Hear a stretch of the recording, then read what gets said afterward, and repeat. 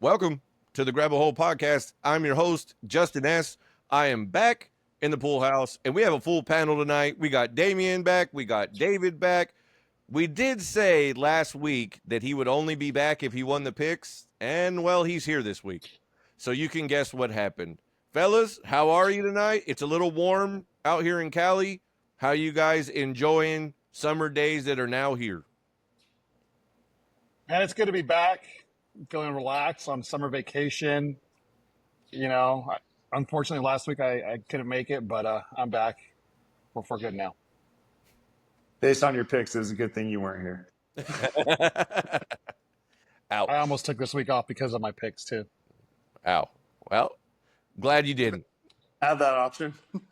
Yeah, exactly. If you are watching us on YouTube, thank you. Make sure that you hit the subscribe button so that way we can add the subscribers and keep this thing growing and going. If you are listening to us and or watching us on Spotify, thank you. Make sure that you hit the heart, the bell, whatever it is. If you're listening to us on Amazon Music or Audible, for that matter, so that way we can continue to keep doing this the way that we do and reach a wider audience. We're just men of the people. We're just trying to do what you do at home with your buddies or whatever you do in text chains and things like that of your friends that watch wrestling. So please make sure that you hit the like, the heart, the bell, subscribe, all those good things that helps grow our audience and continue to make this thing just one of the guys with his buddies talking and continue to do that thing. It was a busy weekend, and before we get to the summary of Money in the Bank, I want to give Damien an opportunity to speak his piece on Worlds Collide, because he did bring up in the text thread, why did we not do predictions for Worlds Collide? The truth is I don't watch AAA. And if I don't watch AAA, David damn sure doesn't watch AAA. So we didn't know a whole lot of history, and if you're basing it off of who we thought from WWE they were going to let win and who they thought they were going to lose, I didn't think that was a good way of doing picks. Unexpectedly, though, it did lead to the fifth match on the PLE that we knew there'd be a fifth, and where it came from we weren't sure, but it came from that. So what did you think of Worlds Collide, and how do you see things going forward with AAA, Damien? And I thought Worlds Collide was a lot of fun. Like, I actually enjoyed that way more than I enjoyed Money in the Bank. And I know it's probably just because it's fresh. It's probably just a novelty for now, and we'll see how long it takes before that wears off. But, man, I'm going to be honest with you. I was home, and then I had to get ready to go to a party. So I went in the shower, and I took my phone into the shower so I wouldn't miss anything on Worlds Collide. Like, I was like that dialed into the show, and I enjoyed it. We got to meet some new characters. Obviously, Mr. Iguana was a big winner over the weekend. Right. They're going to sell a shitload of those iguanas when they put them on NXT or whatever. They have them cameo or make some appearances on the main roster. Right. Pentagon Junior got a. Was it Pentagon Junior? Octagon. Octagon Junior got the intercontinental title shot on Money in the Bank, and then the Kingo and El Grande Americano. It was Gable. Chad Gable. It was Gable. See, I told you it was Gable. Everybody's been trying to say it's not. Gable. It's Gable. They put on a hell of a fucking match. So yeah, they did. I thought it was a lot of fun. It was different. It was fresh. It gives those work rate type fans something to enjoy. But we'll see. I mean, it was a good first show. We'll see what they do going forward with some of these guys because, man, I enjoyed it. To your point about guys making cameos and appearances, they had Psycho Clown. It was a 6-man tag. It was Mr. Iguana, Psycho Clown, and who was the third guy that you're like? Is it Pagano? Is that who it is? Pagano, that's the guy that I thought sucked. Yeah. So those three were on NXT tonight. So they showed that on social media that they were on NXT tonight. And of course, they show them doing like a photo shoot type thing, and they had Shawn Michaels with the iguana puppet at the end to kind of do a little ha-ha with the AAA guys. David, you watched this as well. What did you think of Conan and Corey Graves on commentary? I thought I missed Corey Graves on commentary, honestly. I thought he was kind of unfairly pushed to the side. I enjoyed a lot of what he did on the main roster, so it was kind of good to hear him. I thought Conan, at first, he was a little slow for me, and it seemed like he got more and more comfortable, and it was nice because he did give background on guys and things like that. Right. With me not knowing anything. So it was good from that aspect. I will say seeing a Spanish fly to a puppet was a little bit hard for me to, you know, get on board with. Fair But enough. I mean, apparently I'm in the minority here because everybody freaking loves that guy. To be fair, it was a standing Spanish fly. It wasn't like anything like off the top rope or a springboard. He did it up from a standing position. To So, be I mean, fair, it wasn't Mr. Iguana that did the move. no, it was not. He's not the idiot. It's the other guys that are the idiots. It's the guys playing along that are the idiots. I will say the Conan was the weakest part of the show, I thought. Really? Yeah, he was terrible on commentary. The one good thing he did do, like David said, was like give some back Some history. story on the guys. But sometimes he went a little too deep. He dove a little too deep into their pasts Yeah. to explain things. I just thought he spoke very low. Mm. I don't know. He was just very weak. I thought Corey Graves definitely carried those two, the commentary booth. So more Corey Graves on my TV is a good thing. I would just say real quick that while I know in our text thread I kind of shit on the first match, like feeling very AEW vibes and stuff like that. Like it seemed a little too choreographed in certain spots. Like it took a little time to run some things. Right. Honestly, the rest of the card was actually pretty good. Like I enjoyed the rest of the matches after that one. So like my fears were like eased after that first match. Everything else, I thought it was really good. Right. No, I thought. Hey, shout out. Go ahead. Shout out to La Primera. Shout out to La Primera and Lola Vice. Ooh, boy. Well, she had 3 matches in 2 nights between SmackDown, Worlds Collide, and Money in the Bank. So she was working.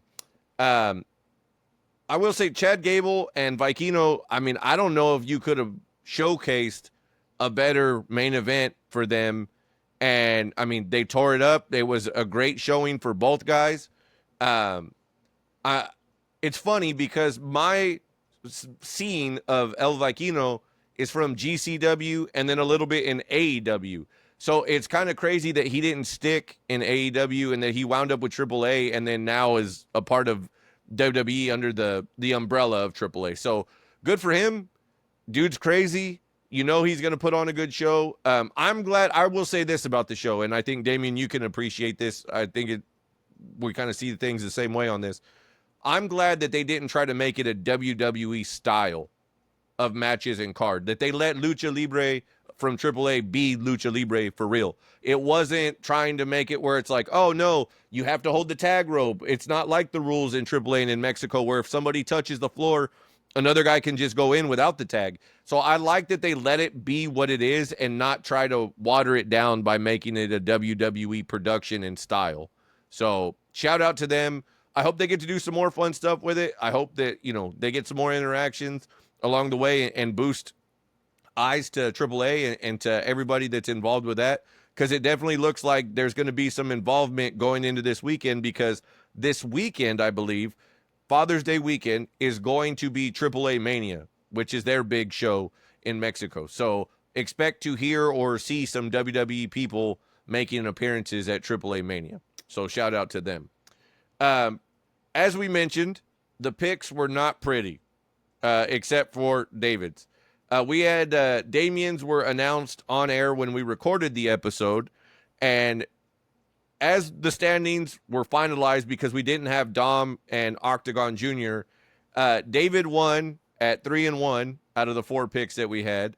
Damien was 1-3, and I was over at 0-4. It was not pretty.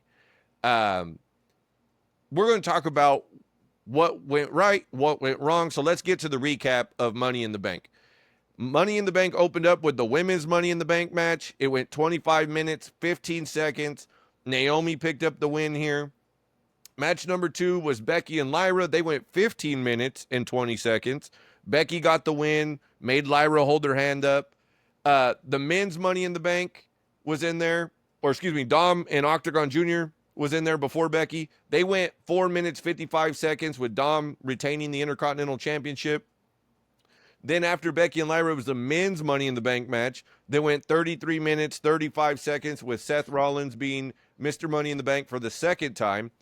And in the main event, John Cena, Logan Paul took on Jey Uso and Cody Rhodes. They went 23 minutes, 45 seconds with Jey and Cody picking up the win. In the women's Money in the Bank match, they went 25 minutes, 15 seconds. What did you guys think? Damian, we'll start with you on this. What did you think of the match overall?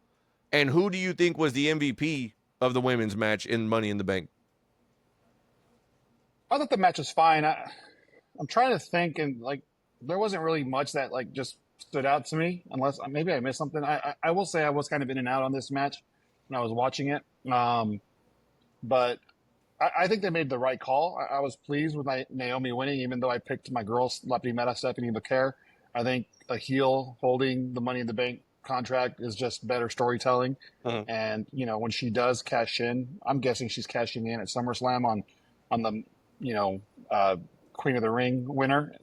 I think it'll be a big moment for her. I like that she has that, and I think it's just going to lead to all kinds of mayhem with her just kind of running in and scaring the shit out of Tiffany Stratton for the next month or so. Okay, fair enough. David, what about you? What did you think of this match? Did you feel like, for being a Money in the Bank ladder match, that it had enough, pop to it as far as being more than just a regular match? And did they do an okay job of showcasing all the participants involved? First off, I think I mentioned this about how many empty seats there were, like at the beginning. Unfortunately, with the unrest in LA this weekend and stuff like that, I guess that was a big factor as to why like it took people some time to get in. So it's unfortunate that match like had to go early just because there were so many empty seats. And we've talked before about how like fan interaction really affects like the feel of a match. Right. So that part was a little disappointing for them because I'm sure like, just like most performers, they feed off that energy. And it just felt a little flat initially. I thought it was okay. There was nothing overwhelmingly a wow about it. I am a fan of Roxanne Perez and what she does in the ring and things like that. She does, like, I think she's going to have a big future and probably a big year as it goes on. But obviously I picked Naomi to win. I just thought it lent itself well to the storytelling abilities. And, I think she's done, like I said last week, she's done incredible work as a heel on this run. And so it's kind of good. It's good to see her get that shine right now. Right. I want to note that, to your point about both of you guys saying that there was nothing super crazy that stuck out, I didn't see any. I mean, there was the dual code reds with the ladders wedged, but there was no big falls. Like, nobody fell off the ladder from the top like we would see later on. We wouldn't see any like super crazy bumps in the women's match. We did see Roxanne Perez hit a moonsault that was pretty solid. And then obviously they had the Devil's Kiss spot for Damian with Rhea and Stephanie Vacour on the ladder. I thought overall they did a good job of showcasing the younger talent in Stephanie Vacour, Roxanne Perez, and Julia. There was a huge pop for Rhea and Julia stare-off where they kind of thought those two were going to get after it a little bit. I thought, like I said, when me and David recorded the predictions episode, that I thought that this lineup of these six was right. It was 3 new people that were up and coming and 3 vets in Rhea, Bliss, and Naomi who could all hold their own. And you could literally look at it and go, well, I can understand why this person would win. I could understand why that person would win. So ultimately, I think that when you're looking into what they were doing and how it was going, then you had to be able to see that it was a great match overall for the dynamic. But I just think as far as epic moments, they kept it light. And I'm going to say this about the men's match the same way that I'm going to say this about the women's match. There was too much laying around going on. There was literally a lot of that, like where they were laying around waiting for their moment. This match is supposed to be somewhat about chaos. It's supposed to be somewhat about crazy. And I think that in both matches, there was too many times where people were laying around, and especially now, because they use that drone shot, that you can see everybody laying around. So it doesn't do you any good to have people on one knee looking over and peering over the apron, or if they're just flat out laying on the ground like this, looking up, waiting for somebody to signal them in. you got to have a little bit of chaos and keep things going on and stuff that the camera can't necessarily follow. And it's okay because it's not of note. It's just the fact that people are still battling while the 2 or 3 or however many in the ring are going at it. So that was the one kind of extra negative that I didn't like. It was the fact that everybody was laying around and there wasn't enough chaos. Is that something that you agree with, David? Yeah, I mean, you brought up the point I was going to bring up about the drone shot. It's like almost too many angles isn't always a good thing because, you know, when you watch Money in the Bank in the past, we're doing. When you have matches like that where you're going to have a lot of people involved and there's people on the outside, maybe not use the drone as much for that match. You know what I mean? Right. You are like tighten that window. The other thing I was going to say is actually, you know, when we talk about everybody getting showcased, I thought Alexa Bliss was kind of just like, I almost forgot she was in the match for a lot of it, you know? Yeah. You know, and like you talked about people taking bumps off the ladder. She had that one spot where I think it was Roxanne and Julia were on the ladder and she pushed it and they both just bailed before it went over. Which, from a common sense standpoint, if I see somebody trying to push a ladder over, I'm probably going to get down before it like tips.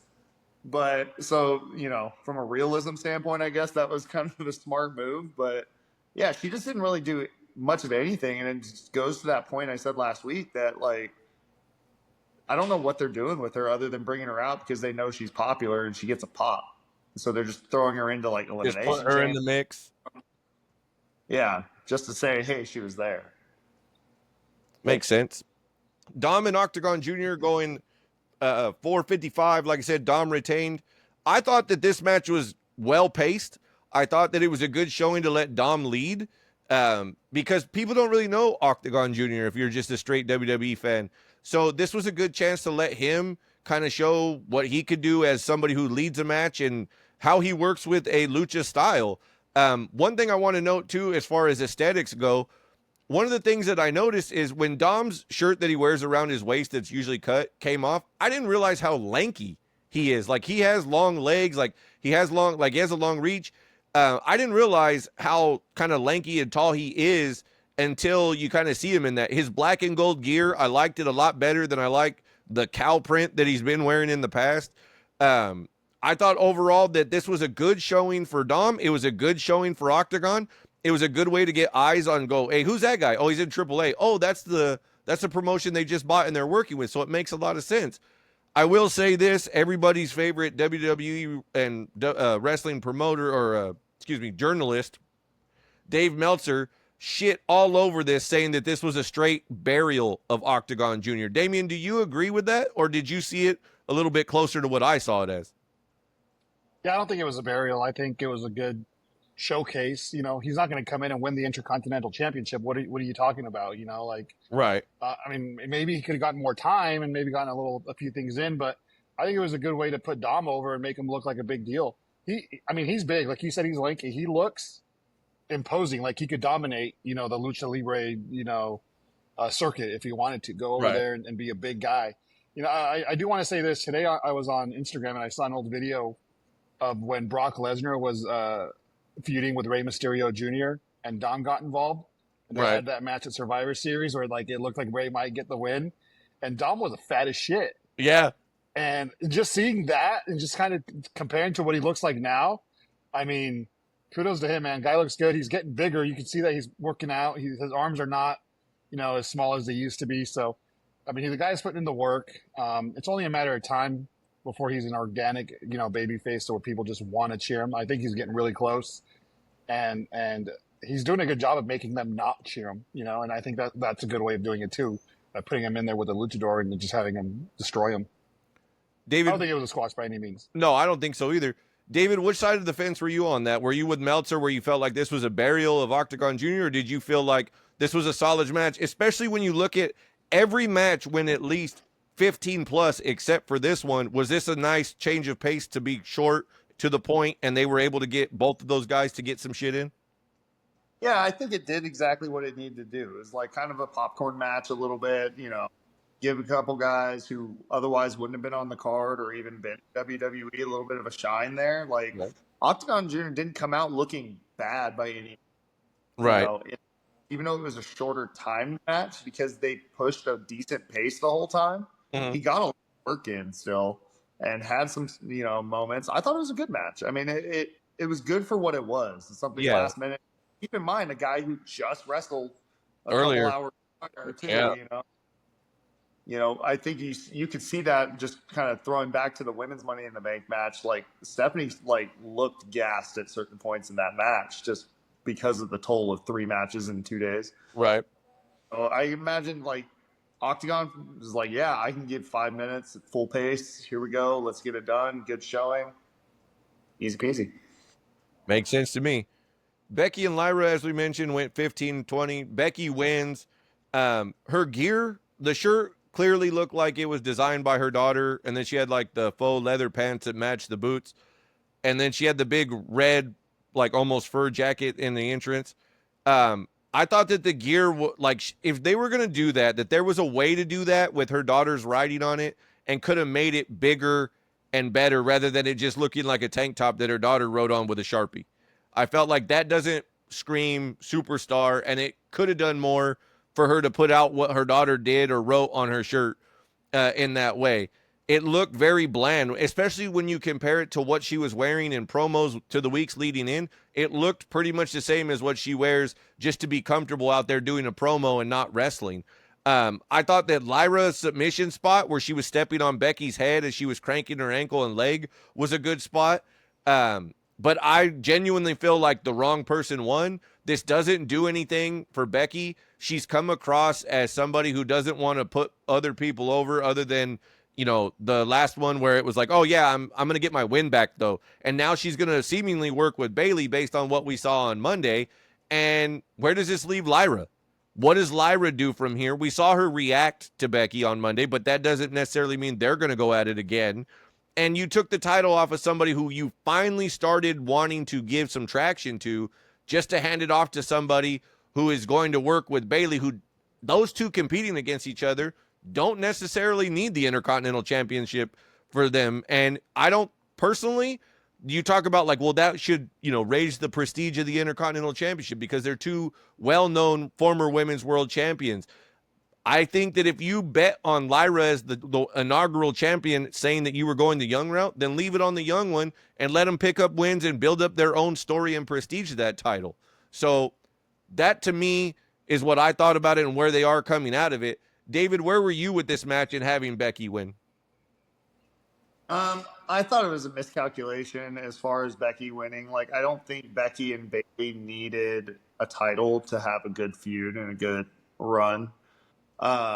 Whereas I agree. Where do you go with Lyra? Do you ship her over to SmackDown, let her be a mid-card contender over there? I mean, she'd probably do some good stuff with Julia over there and things like that, but there's so many strong women on the Raw brand right now, and you take that title off of her, there's just nowhere to go unless you're going to put her in maybe a tag team and let her be a tag star or something like that. But also, I think 15 minutes for those two is just too long. Especially when they've, no stipulations, really. It's a non-stipulation match, that they've already had. And I think the finish was kind of lackluster for me. It's Tights okay, that so weren't really tights. Yeah. Yeah. So it was probably, honestly, it was my least favorite match of the night. Fair enough. Damien, where were you on this? Well, a couple of things. First of all, I didn't think I was going to come out of this podcast and have Justin shit all over a little girl's artwork. I did not see that one coming. You're welcome. I thought Lyra looked like a star. I thought her outfit, made her look awesome. I thought she looked awesome. I was not happy with Becky Hogan going over again. Right. But here we are. But I think that's the character she's playing now. I think she's buying into that. Mm-hmm. People online are saying that she doesn't work for me, brother, and she puts herself over instead of letting other people have the spotlight. I think that's the character she's trying to portray. Also, with the whole Bayley thing on Monday, I think this only works, right? Because they don't need the Intercontinental Championship to have their feud. Lyra's not happy that Bayley's interfering in her business. Okay. And it becomes a triple threat. And if they have a triple threat with Lyra winning, coming out on top, I think that raises the prestige of the title. Okay. Not Becky or Bayley holding on to it. It's got to become a triple threat, and it's got to be Lyra coming out on top. But at the end okay, of so let me ask you that. and they got it's going to take both of them to get her over, and they're going to tell a story between the three of them. Okay, so let me ask you this then: if that's the booking idea, right? Is that triple threat match? Lyra's got to win. Then obviously Becky's got to be pinned, right? Because Bayley hasn't had wins lately and got pulled off of WrestleMania. So if she pins Bayley, it doesn't mean as much as it would if she pins Becky, right? That depends if Bailey's the good soldier still or not. I mean, it could be one of those things. I think you know what I don't buy into the whole who gets pinned thing in a triple threat, right? If Becky hits her finisher on Bayley and Lyra comes in and kicks her in the head and pushes her out of the ring and gets the cover on That's or good on enough. Bayley, or the other way around, like who cares? Like Yeah. you don't look weak because you hit the finisher and got pushed out of the ring or whatever. I don't know. Like, I don't buy into the who needs to get pinned or not as long as Lyra comes out on top. I think Becky and Bayley are both good enough to overcome getting pinned in a match, in a triple threat match. Fair. I think you can also, they put the belt, the Intercontinental Championship on Braun, took it off of him and put it back onto him. Mm-hmm.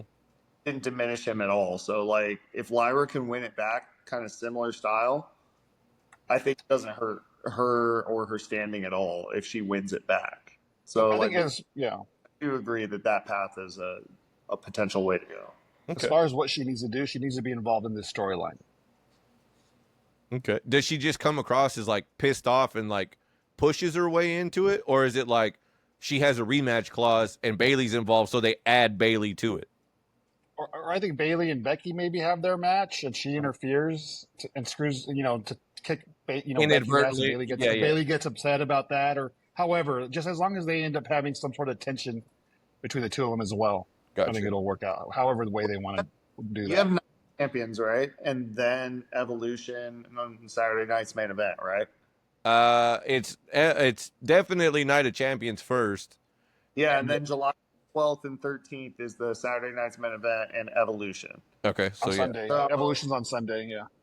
Yeah, so you could do something with like Bayley and Becky where Lyra maybe costs somebody inadvertently or, just breaks it up and intentionally. And that leads into Evolution. Fair enough.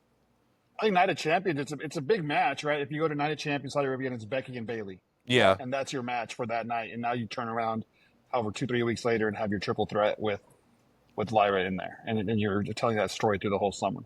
Makes sense. The longest match of the night was the men's Money in the Bank. Like I said, they went 33 minutes, 35 seconds. Seth Rollins comes out on top. Damian, what did you like and what did you not like about this match? Jacob Fatu and Bronson Reed, the guys that weren't even in the match, is what I liked. Okay. I thought those two guys came out looking like the biggest stars of the match. Like, those are the guys I want to see. Fatu's, pop-up Samoan drop on Bronson Reed was like probably the most impressive thing in that match. They really sold Penta as far as like talking about his ability to fight back and to get back into things just when you think he's out. Like, they were really, like, I felt like commentary was trying to build up Penta as much as they could. Right. In the match. So I really liked that. And I really liked his and Andrade's interactions. So they're high on Penta, and going in, which is crazy because when we talked about him and Rey Fenix coming into WWE, everybody looked at Rey Fenix as being the bigger star, the better in-ring worker, but Penta just has this like charisma about him, and it's the whole outfit that he has, the whole full body suit, the walk that he has. Right. He has the Cero Miedo that gets the crowd involved. Like, I mean, yeah, like I thought he came out looking like a star, and then I thought Jacob Fatu taking out Solo and then also hitting that Samoan backdrop on Bronson Reed was the most impressive thing I saw. And Seth winning was just kind of like, I think that's Triple H saying like, I don't want to give it to anybody else. This is the easiest story to tell. Just give it to him and let him, show that he's power hungry and he's going to use that to try and run the WWE. David, who was your MVP of this match and what did you think of it? I want to say Solo for doing Penta's walk and stuff. Like, I'm telling you, he has some timing. Like even at the beginning of the match when he was like helping kind of throw Seth out of the ring, and then Right. does his second, you, Yeah. and all that stuff. I had a good time with that. But I agree. The real story, like honestly, the Money in the Bank briefcase was pretty secondary to Fatu finally turning on Solo, and that whole aspect. I thought Penta had some good spots. El Grande had some good spots and almost died at one point. Right. He was like 2 inches from the ladder when LA Knight hit that like suplex or whatever that you want to call that move. It was a belly to back. Yeah, that was dangerous, but like he came out well. And I mean, the biggest thing that match told me is LA Knight is never going to be that guy. They just don't got it for him, huh? And you can't free like that and get nothing. I know like he was there on Monday and stuff. Right. But it's always going to just be like scratching at the ceiling of the mid card, trying to like get to the bottom floor, the top of the card, but he's never going to be that guy. Fair enough. As I said, again, I thought there was too much laying around. I thought that there was a lot of that again, where they were letting had these moments in this match where it was unnecessary to stop everything else for this. I thought El Grande's ankle lock on Seth on the ladder was a fun spot. Like the way that they draped him over the other side. It wasn't just like he was laying belly on top of the ladder. Like he literally was draped over it, where if he lets him go, he face dives. So I thought that was a good look. That LA Knight suplex, like you said, he was so close to the ropes coming down that like literally a couple inches one way or another, and he catches his neck on that bottom rope. I thought that the involvement of Braun Breaker, Bronson Reed, JC Mateo, and fucking Jacob Fatu was all overbooked and all overplayed in this match. To have so much of the lay around time and then to bring in 4 more, not one guy, 4 more fucking guys into a 6-man match, all for it to end in a moment that could have happened and led to a better story if it was tightened up, and the 2 guys in Bronson Reed and Braun Breaker, who were not in the match, could have not been out there and told a better story easily. Literally, this thing was just too much. And then again, at the end, you have the moment where Solo gets put through the ladder by Jacob and he walks off. And then you have Seth and LA Knight in a back and forth just for Seth to climb the ladder. Again, waste of time, waste of movement. If you were going to do this and you were going to have the Jacob turn spot here, I would say that you leave Braun and Bronson out of this, right? Because it lends itself to Seth being able to say, see, I didn't use anybody. I didn't need that help. I am who I say I am, and I didn't need them in the end of this. Because it was Jacob that wrecked Solo. Not him, not Bronson. They didn't have to take everybody else out. Those competitors could have took themselves out. And he looks more chicken shit by stealing the moment of Jacob leaving Solo lying by just slowly getting up the ladder and getting it, rather than having to have an interaction basically just to beat LA Knight's ass one more time before you get to the briefcase anyway. To me, that end felt flat with the extras. It was overbooked and overthought. You could have had the Solo moment. It would have been better for Seth in the end to say, look, I got the briefcase. I didn't need the backup, but then now he has them to use them to keep it. And when he cashes in, it's going to be important that they're there. It was the longest match of the night. Like almost 35 minutes of this, just to have all that extra. When the moments you were looking for was Solo and Jacob in the turn, and Seth being the guy that wins. I feel like there was a lot that could have been trimmed here. It could have saved themselves all this extra thought and all the stuff that went into it. And then having Seth win, it was obvious. Again, it was the idea that, he's the one that needs it. It tells the story. It's kind of on the nose of, well, you all kind of figured he was going to win. I said this, me and David talked about this on the predictions episode. For as great as the layout of the women's participants are, where you could argue that everybody had a chance to win it and it would be okay, that was not the case in the men's match. It was completely the opposite, that there was only 1 or 2 guys that you went, maybe, and LA Knight and Seth were pretty much the only 2 guys in that. And did you really think that they were going to put LA Knight over Seth? Not really. Based on what happened on Monday night, LA Knight would have made sense to be in that position to get the match or to get that briefcase and do Right. something with it. But it wasn't meant to be. So the problem is with John Cena, hijacking one of the championships for his farewell tour. Right.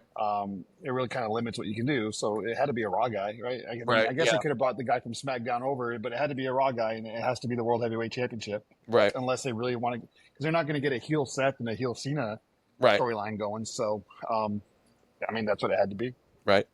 So we would see Cena and Logan take on Jay and Cody. As I said, 23 minutes, 45 seconds. Jay and Cody picked up the win. Couple things I want to point out. This is the style of matches that Cena can have as far as how it's fitting to him. He doesn't have to be in the ring the whole time. It's a tag match with high-profile names. The athlete of the team is Logan. It's not John, so he doesn't have to do anything extra. But I will say this. Cena's bump taking is cringeworthy. It is fucking horrible. So, and to me, that, like, you can't tell me that that's the ruined wrestling shit. He just is terrible. And at this point, you're kind of at a catch-22, right? Because he's shitty at taking bumps, and if you potato him for real, that fucks with his acting stuff. So you can't potato him either to get the real effect of it. So you're kind of stuck. I thought that the moonsault that Logan hit was pretty fucking insane. I mean, you can argue about how much he rehearses these moves and stuff, but to be as athletic as he is, to hit it spot on in the moment while it's live and he just has to go for it. I mean, you can't argue that has to be done with precision and skill to knock that out. And he does it. And he did it again. We would see R-Truth run in and have his moment where Cena uses the belt on Cody again. And then Truth makes the save and it sets up Cody to hit the crossroads. David, for you, what did you think of them bringing Truth back in this moment to finish the show? And did you expect something to happen with this being the main event versus the men's Money in the Bank being the main event? I didn't expect Truth or anybody really for that matter to come out in this one. I had talked about why I thought it was okay for Cena to take a pin in a tag scenario. And I mean, that did play out essentially. Kind of like what I thought. I didn't think it diminished the title or hurt his title run to lose in a tag match. It's kind of similar to what Damian was saying, that like losing in a triple threat, with multiple people isn't always the worst thing, or it doesn't necessarily hurt you. Right. Same idea here. But, it's funny as you talk about him taking bumps, and I was watching like when he took a Cody cutter and like he just folded like a sack of potatoes. It just kind of reminded me of Vince taking a stunner a little bit. Yeah. But yeah, and that moonsault, was it just me, or did you think he hit like Jay a little low? Like he landed right across Jay's knees. Like it's and weird. I was wondering, dude, Logan might have like cracked a rib on that. Well, if you look at what happened on Monday night with Jay and Gunther, and Gunther kicks him, you could see this look on Jay's face at Gunther like he knew something was wrong with his ribs, and he stares him down like, you son of a bitch. So it's definitely possible that he cracked a rib before that on Saturday night. I mean, like you said, he hit him right in that like knees, lower leg, bottom abdomen section. Yeah, but I mean, as for the match, I thought, you're building towards Cena. You would think you're building towards like Cena and Rhodes at SummerSlam or something, right? Right. So I think having him get a win over Cena helps, but I don't think it was necessary. The storyline just isn't clear to me yet, because I know they have so many things they want to cover with Cena that I don't see the clearest path yet. It's just okay, check the box, move on to the next nostalgia match or something like that. Mm-hmm. But, that was the best John Cena match so far of the year. Yeah, because he didn't have to be in it the whole fucking time. So you have a match with John Cena, Cody Rhodes, Jey Uso, and Logan Paul, and I thought Logan Paul came out as the MVP of the match. Not only the moonsault that he hit, but I thought with the drone in his hand, right? That of him taking that, what was it, a Superplex. suplex from Cody, Yep. superplex from Cody, Yep. and then the fucking Jey Uso splash out of nowhere. I was like, holy shit. Yeah. And from that view, from that angle with the drone, like the impact looks like, holy shit. Like, Yeah. that's a different like impact that you see, like, you know, for all those people that say it's not real, it's real would be, damn it. Right. And you Like- see, like the drone like bounces to a weird angle because he got hit. That looked like he forgot he was coming kind of thing. Like, Yeah. especially because it came out of nowhere from the drone, the shot. So that was my favorite part of the match. As far as R-Truth coming back, I mean, I don't know how I feel about it. I mean, I guess I'm glad that he's got a job. Right. I'm glad that the people on the internet, the wrestlers backstage were, you know, so complimentary of him that WWE felt the need to bring Ron Killings back. And hey, smart on him to say, like, hey, I don't want to be R-Truth anymore. I want to be Ron Killings. Have one final run as Ron Killings, and that way when I'm gone, people, you know my name a little bit better. I mean, good for him. I just hope they don't spoil it. I hope that they do something important with him and Right. John Cena. I don't know if that means, you know, him becoming world champion for a day and for a minute and then getting cashed in on. I don't know if that's what that means, but I mean, it would be nice for him to have this pay off with the, you know, a world title run or something like that. That's fair. Let's get to Raw, and let's talk about the highlights of Raw. The show opened with CM Punk and John Cena's promo. They used Punk's, I guess if you want to call it leverage, Punk not liking to go to Saudi Arabia as the way to get him with Cena to say, you want the title match, you got to follow me to Night of Champions. I thought it was a great promo by both guys. If you listened, you would have caught that he used some of the lines from the Pipe Bomb promo from Cena talking about, as you sit there and are comfortable, I hope you're comfortable. So there were some good callbacks there. I thought both guys in this instance had a great callback. It looked like Cena was actually genuinely interested in this and looked like he gave a shit. And then also you had Styles over Gable. You had Roxanne Perez, who saved Liv Morgan but advanced by picking up the pin on Kairi Sane in the four-way match for the Queen of the Ring tournament. As we mentioned earlier, Bayley's return during a Becky promo. We would see Ron Killings' promo as he cut his dreads off during the promo. Sami Zayn would advance in the King of the Ring tournament, beating Braun Breaker, Dominic Mysterio, and Penta. Nikki Bella had a promo, and Liv Morgan came and got involved. We would see Jay and Gunther for the world title in the main event. For you guys, for this Raw, what did you think of the highlights of this? So Cena and Punk's promo, Roxanne Perez advancing in the Queen of the Ring tournament, Ron Killings cutting his dreads off, and then obviously the main event and how that played out, of it just being Gunther winning. And no surprises, nothing special. Jay just gets choked out or put to sleep in front of his son. Did you feel like this was a good follow-up from Money in the Bank, or did you guys feel like they kind of dropped the ball again here when they could have had some moments to capitalize on? I'll say I thought it was a good match, but because I was expecting some crazy shit, even of T's cash in, I was expecting something, and Right. and when nothing happened, I was just like, oh, like he just put him to sleep. Like, Yeah. I mean, you kind of hope for. I mean, I know they're telling a story with the sleeper hold where he tapped out, Jay didn't tap out, he was actually put to sleep. So if they run it back a third time, they can tell that story. It was just like, oh, okay. I don't know if it was the right decision. I don't like what I'm hearing online though about what the reason why, and the show coming up in Atlanta, Georgia, that might be a retirement match for a certain douchebag, but and that's the reason why we got this finish. That would really piss me off if that's the reason why. What do you think that's the reason why? You know what I'm talking about. So if you want to clarify further. To clarify what Damien is saying, he's talking about Bill Goldberg, because if you listen, Damien is a giant Bret Hart fan, and he's bitter about Goldberg thanks to Bret Hart losing his career off of a sidekick to the head. But there is rumors that the retirement match for Bill Goldberg is going to be in Atlanta, which WWE will be heading there.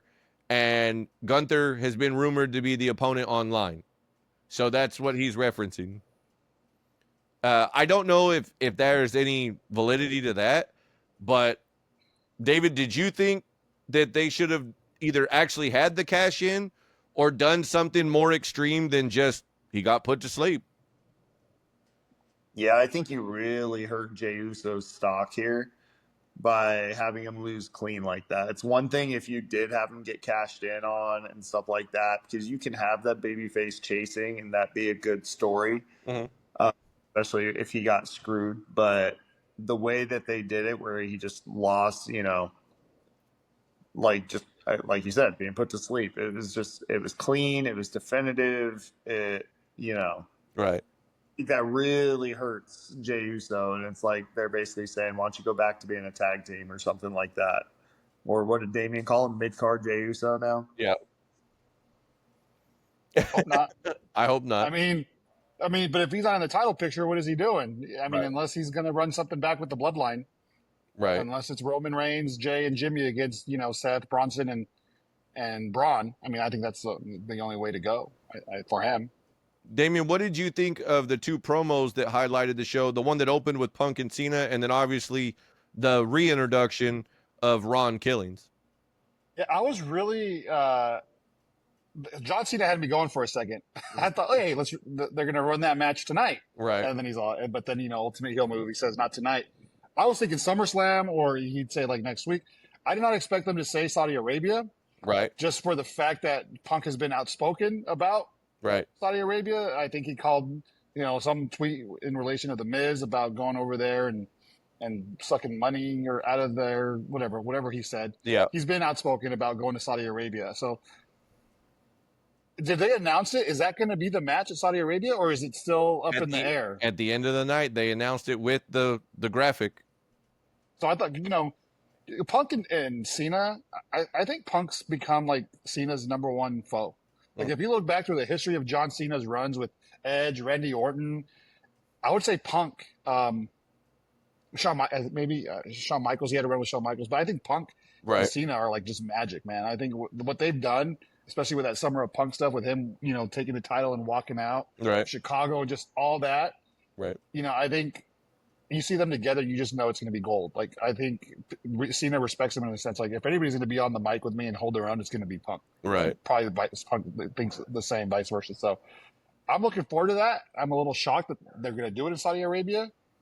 I don't want to call Punk a sellout, but Well, okay, so let me zeros ask those zeros on the paycheck. Say a lot. Well, let me ask this, David. Do you think that knowing what Damian just said and what we know as far as Punk being outspoken about the quote unquote blood money of Saudi Arabia, do you think that they find a way to take him out of it and write him off of TV before it gets there and have Cena do something else? I don't know if they take him out necessarily, but I think they find a way to get him out of that match to post a little bit. Right. Push it into, maybe the next. Isn't there like a clash? Or it's a clash in Paris is what it is. Right. But I think SummerSlam is first. I thought it was When's Australia? When's Crown Jewel in Australia? I think that's in the fall, isn't it? Oh. Yeah. They have so many of these motherfuckers, it's hard to keep up. I could see them pulling him out of the match so that way, Punk saves face as far as not going, or not saves face, but, sticks to his guns on that, yeah. Not going to Saudi Arabia if he really believes that. Right. But they're not going to go Archer. They're not going to go Ron Killings and John Cena in Saudi Arabia, are they? Is that a way to get out of it? That's what I was thinking. Do they go Ron Killings? Is it just me, or I thought Saudi Arabia basically gets whatever matches they want. If they want certain guys on a card, yes and no. Well, there was a while where Sami Zayn wouldn't go to Saudi Arabia just because of their conflict with Syria, right? And being Syrian, so he wouldn't go. But once they cleared that up, yeah. he started coming over and embracing, his being Muslim in Saudi Arabia. So, not necessarily. I mean, if CM Punk says I'm not going. I don't know. You can compel him to go, because shit, he could get arrested in Saudi Arabia if he goes and says the wrong thing. It's we're gonna hold on to this guy for you here. Yeah. So he kind of puts himself in danger if he feels so strongly Right. about it, and knowing him, saying the wrong thing, in any kind Not of that interview. hard. Yeah. Yeah. No, I agree. What did you think of Truth on the spot cutting his dreads off during his promo? I loved it. I thought everybody, like, you could see the faces of the people, they were stunned. Like, there was like this one woman that I saw in the background that just had her mouth wide open. Yeah. Just seeing that happen, I was like, oh shit. I loved his promo. I loved what he did there. I love that he quickly, thanked the fans for their support and helping get him back. But now he's, it's time to turn the page from R-Truth to Ron Killings, and he's not just a gimmick. So hopefully he goes out there and gives us a different version of himself, a more serious R-Truth or Ron Killings going forward. I think it's hot. I think WWE has shown lately that they will get behind people that organically just kind of get over like that. Right. I think we got some good things brewing for Ron Killings here in the near future. David, what did you think of seeing him cut his dreads off with a pair of scissors? I mean, I realized it was symbolic more than anything else of like kind of the R-Truth. end of that character, Yeah. that R-Truth persona and stuff like that. I just don't want to see him waste it. Yeah. We've seen so many storylines go by the wayside where it's like there's promise and then nothing happens. Right. So, like heck, we've seen Austin Theory and Grayson Waller teasing a breakup since before Jacob Fatu debuted, won a title, and left the bloodline all before those two broke up. Right. You know what I mean? And No it's like lie. sometimes things out, and it's like I hope that wasn't just like a fan service moment, and then we don't see him for a month. Right. Like we say this all the time, or at least I think I do, and you guys do too. Is like you can't just do something and then not follow it up for a month or two, whatever after. No, I agree. So that brings me to my next question. Damien, we'll start with you on this. You've been vocal about the Fickle fan perspective, right? So in your eyes, is it the Fickle fan that is currently the problem, or are we finally in a place to say we have a TKO problem? Because this is not about just wrestling people that are running wrestling. This is business people running wrestling. So we're having things that are happening in this business as far as high prices for events, WrestleManias being rescheduled. We're seeing people as far as characters and personas are invested in getting let go or not renewed because it's a business expense situation. We're seeing no Roman. Roman has wrestled 3 times this year comparatively to last year, which was 6 times. We are literally seeing the guy who helped resurrect in storytelling the enthusiasm of WWE disappear. So we're getting nothing storytelling wise that is thought provoking enough to go, oh man, like they're building off of what they did before. I feel like we're losing equity. Do you think it's a Fickle fan situation at this point, or are we at a point where it's a TKO problem? Both. I want to start with the TKO problem as far as this R-Truth situation. They just had a round of cuts, like a month ago? Right. If he's cut with that group of people before he has this storyline with John Cena, does anybody care? Or is there this much outrage? Or is he just like, shit, he's just the biggest name in this round of cuts? Yeah. And to be fair, they don't use him a whole lot. So when TKO's sitting here like, hey, we're not getting a whole lot of use out of you. Mm-hmm. You're making this much money. We want to keep you, but for less money. That's commensurate with your workload. And R-Truth says, no, I'm not going to take a pay cut. Right. In this situation, I don't think they were at fault. Okay. You know what I'm saying? Like, yeah. I think it's fair. Okay. The guy's doing less work. I get it, right? As you get older, you're supposed to, every year you're supposed to get a pay raise where you're at. But if you're doing less work, it's almost like, LeBron should take a pay cut next year, help the Lakers out a little bit. But he doesn't want to. And R-Truth didn't want to take a pay cut. So hey, you know what? You don't want to take a pay cut. We're going to let you go. Guys, contracts are coming up. If they're not going to use them, They're going to have to let him go.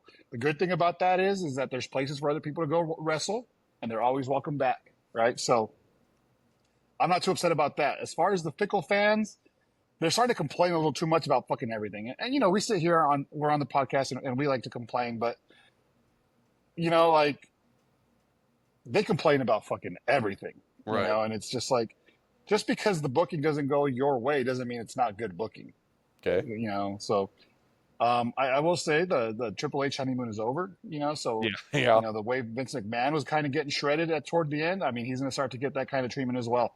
If he's not consistent with, you know, the storylines that he's telling and things that he's putting out on screen. So we'll see what happens going forward with that. So you're of the understanding that both are true. That there is Both a are bit of true. a TKO problem, and there's definitely a Fickle fan problem at this point. Mhm. Okay, David, we saw you with your finger up. Where you at on this? Just to Dave's point about TKO saying like you should take a pay cut. It's not like Ron Killings was sitting there saying, "Well, I don't want to work as much and not take a pay cut." You know, like he's willing to do whatever they have. It's not his fault that they're not giving him more to do. Right. So, you know, to sit there and, you know, tell him to take a pay cut because you're not using me, that, like, again, like, if the Lakers have LeBron and they're paying him $50 million and they choose to not play him as much and ask him to take a pay cut, he's like, nah, this is my contract. You're paying me this. That's your fault if you're not playing me 35 minutes a game. But, you know, right? But they didn't cut him, right? So, well, when your contract expires, you know, we're right. you know, we're done. So at the end of the season, LeBron, you're gone. So I mean, I get what you're saying. He's not like he's choosing, but he's had a light work schedule for a long time. He doesn't wrestle long matches. You know, he's there for comedy purposes, and they felt like, hey, like we're paying him a lot. I don't know what his salary was. Right. That's we're never paying you been a lot of mentioned. money. You know, we're paying you a lot of money, and for what you're doing. Roman money, you know, like Right. I heard a report that they want to renegotiate Roman's deal Right. because He's making upwards of 15. Yeah.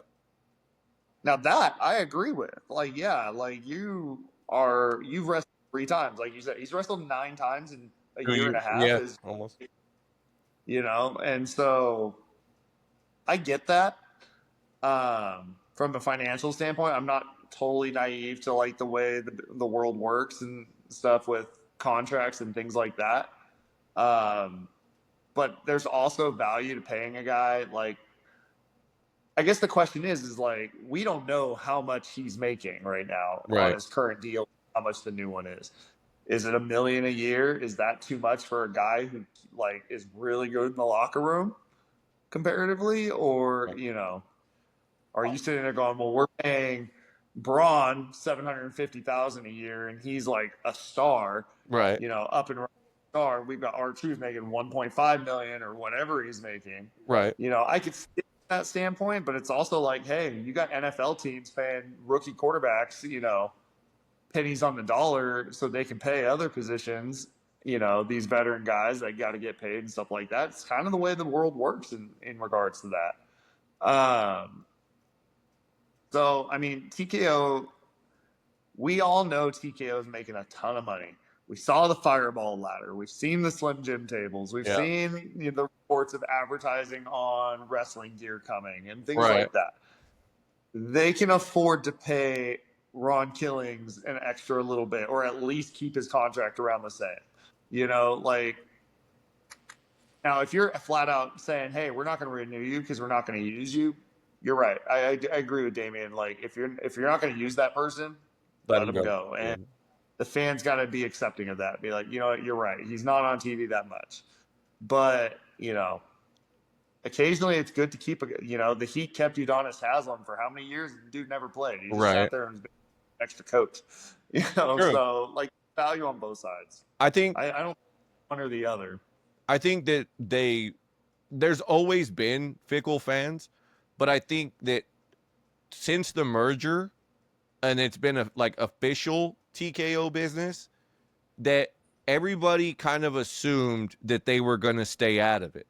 That WWE was all still going to function the way that WWE does, and they were going to do the things that WWE do as far as creative and all the stuff that comes with it. I think that there's more hands in the pot than people realize. And I don't think that they've done themselves any favors by not having certain things come to fruition, like we've talked about, whether that's been people disappearing, whether that's been stories being unfinished, whatever that is. They spent 2 years with the Bloodline and Cody and that story, and Damian called it once in a generation type storytelling. 3 years prior to that, the Bloodline story, essentially resurrecting enthusiasm to WWE as a whole, and the payoff being that Cody's the guy that overcame all that. Since then, we've had questionable creative at best in championship reigns. Could you argue that that's a Triple H thing? Definitely. You definitely could. But we've had things like Roman and the old OG bloodline getting back together, only for it to not really finish the story where the new bloodline has to fall in line or anything else. They just aren't the bloodline anymore, and they just go away. Roman has wrestled, as you mentioned, 9 times in the last year and a half. That guy, not saying he didn't deserve time off, but why bring him back for those moments if you're not going to complete stories?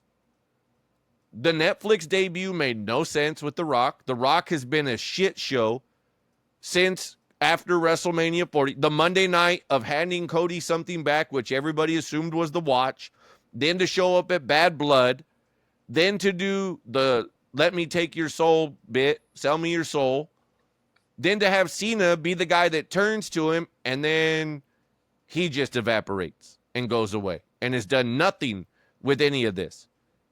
I don't necessarily wholeheartedly believe that it's because he's the head of the board and all that bullshit. I think that it's one of those things where TKO has had some says. I don't think that his story was entirely a lie, where he said, they called me and said they wanted me to be a part of Chamber, and this is where the ideas went. I do imagine they probably called him and said they needed to make him a part of WWE programming. But it only should have happened if he was going to be involved all the way to WrestleMania and did it the way that everybody knows that WWE can do it. And they've set their own standard. Let's be clear about this. And this is not on the fans from this perspective of it. They've set the bar. They've set their own fucking standard in storytelling. They've conditioned fans to expect certain things and things to be done a certain way. Does that mean that you can never change them? No, that's not what that means. But you can't do dumb shit like what happened on Saturday. Truth shows up, and then in the press conference, Hunter asked the reporter that asked about it, did you enjoy the show? And then Ron says, that's not what happened. And then reports come out that that's not what happened at all. It was not all part of the show. That he refused to take phone calls from anybody but Nick Khan, and Nick Khan got the deal done. In the last 72 hours before Money in the Bank, they brought him back. We've heard of things like this, like people like The Rock getting involved and it changes things and it does things. Guess what? That's all well and good if people don't know and you don't pull the curtain back far enough to let people in on what's going on. The Rock going on Pat McAfee and explaining after WrestleMania why he wasn't involved in what his version of the story was that happened was fucking retarded. It was ridiculous. You're telling people exactly how you're fucking this thing up and giving them a reason to be uncomfortable with what you're doing or dislike what you're doing. You're doing this, and like I said, and to your point, Damien, both things can be true. Absolutely. They both can be true. But you don't do yourselves any favors if you're TKO, if you're raising ticket prices, the cost of merchandise is way up. And then on top of that, the product that you're putting out on TV that has been set as a standard for a while now, and whether it's a once in a generational story or not, there was equity there that was built in where you go, there could be some missteps, but there is continual fuck-ups at this point in storytelling and booking. Alexa Bliss is another example of coming or going. You tell me. Hold on. I'm going to stop you right now. The R-Truth story. If we aren't pulling back the curtain because that's what we want to do as fans, right? We want to know what happened. That's a great story. Like, everybody thought he was gone. Like, they cut him. He was gone. They could have said, hey, John Cena had a say in this. They didn't want him around anymore, and he's cut. Right? They could have done that. Right. And then him coming back was a great moment. I mean, I think we all knew because of all the reporting that was done in advance was like he's legit. He's gone. Yeah, it's real. He's legitimately Yeah. gone. But there have been other instances where guys disappear for whatever reason, right? But they show up 2, 3, 4 weeks later Right. in a surprise. Like what happened was a good storytelling. The problem is it was ruined by reporters who want to know, is this a work or is this a shoot? They want to know. We want to know. We don't want to just sit here and enjoy the story. And look, in Triple H's defense, I will say, you know the answer to this fucking question you're asking me. So what? But you want me to say it. So Triple H is saying, well, did you enjoy the show? And that was his way of answering it. Because whoever that reporter was, he knew the fucking answer. Well, he knew that they just came up with the idea to bring him back because of the fan backlash. He knew what he was asking. He knew the answer. It was a rhetorical question. He got an answer that he didn't like, or that maybe people online didn't like, and now they're upset at Triple H. I don't think Triple H did anything wrong in that instance. So you don't think that he could have said, "You'll never know," and just grinned about it and let it be? Because I think that's what he said. It's all a part of the show. It's not a part of the show if you got the guy who's fucking it's happening no to. More press conferences. Yeah, no more press conferences. It's not a part of the show if the guy who is involved in it, in Ron Killings, comes out on social media and goes, he's full of shit. That's not part of the show. Like, he said, he's the guy that started the whole thing, right? When he was not being picked up, it was him that came out and made that announcement that everybody wound up confirming, right? So by him doing that, if you're Hunter and you say, it's all part of the show, you enjoy the show. He said it with a smirk. Right. So he's saying that, then you tell Ron, don't say a word, Ron. Let them believe whatever they want to believe, whether it's one side or the other. Let them believe that. He didn't. But we all knew the answer. We all knew it wasn't. Isn't that part of the suspension of disbelief, though? At this point, that if whether or not we know the answer, we believe what we want to believe in it. If we think that he wasn't actually re-signed until 72 hours before and took the Nick Khan phone call and all that good shit, that's great. That to your point, it's a good story. It's a great story. But at the end of the day, if everybody's not on the same page and the one guy who you knew, like, he didn't have to say anything. He could have said, nah, hey, Ron, don't say shit, and I'll handle it when they bring it up at the press conference. Or Hunter doesn't say anything, and Ron's the only guy that says something on social media. So that way they can, and we've seen this. How many times before you've brought this up, that WWE has leaked things to the media or that they've used the media to shape the narrative in a direction they want it to go. This was a perfect opportunity for that. If they weren't going to do what you said about Cena being the guy that got rid of him, right, as part of the ruining wrestling and taking him away from the fans and all that good shit, which would have been perfectly fine. That now is in a situation where it looks like Hunter was trying to be like, I'm going to be political about this and tell you that on our side, we had it handled. We knew what we were doing. It's all part of the show. Wink, wink, nudge, nudge. And then Ron went, fuck you. No, it wasn't. I wasn't even here until 7. There must be some real heat between Triple H and R-Truth. But it's a lot of hubbub about over a guy that was on the low card. That's a low carder. Well, I think right? that his greatest thing in the WWE has been being 24/7 champion like 46 times. Hey, you say what you want, but people love that guy, and it speaks to the investment and the emotional connection that people have with these characters and these wrestlers. Whether he was a nobody from nowhere that's a 52-time 24/7 champion, or he was a multiple-time world champion, they cared about him and they made their voice heard. And that's the important part about all this, right? Like that can still happen, right? He brought that up in his promo, that they were heard. That's a big deal. But to sit here and think that it's not that Hunter has no responsibility in any of this, that it's the reporter's fault for asking the question, I feel is a stretch. This was all just like everything just culminated, right, with the John Cena storyline, right? He had his match at Saturday night's main event, right, with John Cena, just for him to announce on Sunday that he was released. It was within a couple days, yeah. Yeah, I mean, so that's the reason why. I honestly feel that if he's not even in that storyline, if he's just off being R-Truth, and then you hear he's released, I don't think it's a big deal. Well, do you hear as big a deal? Did you hear what the rumor was about it from Cena? That he was that he got him into the main event. Yeah, match, the idea was kind of to him, showcase him, basically. Yeah, he wanted to save his buddy's job. Yeah, that's the rumor, right? But he's a bad guy, so that can't. Yeah, be true. He can't save people's jobs. He's ruining wrestling. He's ruining wrestling. So maybe he's ruining wrestling by bringing back a 52-year-old wrestler that can't work anymore. Oh, Jesus. And that hasn't worked for like 10 years. Yeah. Well, I'm just, like I love R-Truth or I love Ron Killings, but like, fuck, like, yeah, he's not in his what has he prime. done Yeah. of significance? David, where are you at on this as far as how this falls with TKO and Triple H versus the responsibility of not saying anything if you're the wrestler involved? I don't care. Honestly, like, as the most casual fan amongst us, like, Yep. I don't care. He's back, cool. He has the good moments. It's funny. He's not there. I'll get over it relatively quickly. Like, it is what it is. And I'm just like, we just spent 10 minutes of you two going back and forth on this. And I'm just like, I walked away for a minute because I was like, well, You know what? I just saw a documentary, right? The WrestleMania 9 documentary. Yeah. And I learned that was Brutus the Barber Beefcake's last match Yeah. in WWE. So, I mean, you know what I mean? Like, and he was a really beloved guy at the time too. He's in a match with Hulk Hogan, and then we never see him again. So, Right. It's not out of the realm of possibility for R-Truth to have a match with Cena, and then we never see him again. But hey, there was no internet back then. There is now, and he's back. Good for him. He's making money, taking care of himself and his family, and I'm sure he'll find a very good story to tell coming out of this new Ron Killings character that he's going to play. Fair enough. Well, we gave you the review.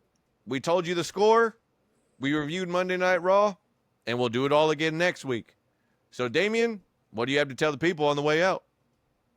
I got nothing. He's got nothing. David, what do you have to tell the people on the way out? I'll see you the week of Night of Champions. Okay, Roman. We'll see you guys next time on the next episode of the Grab a Hold podcast.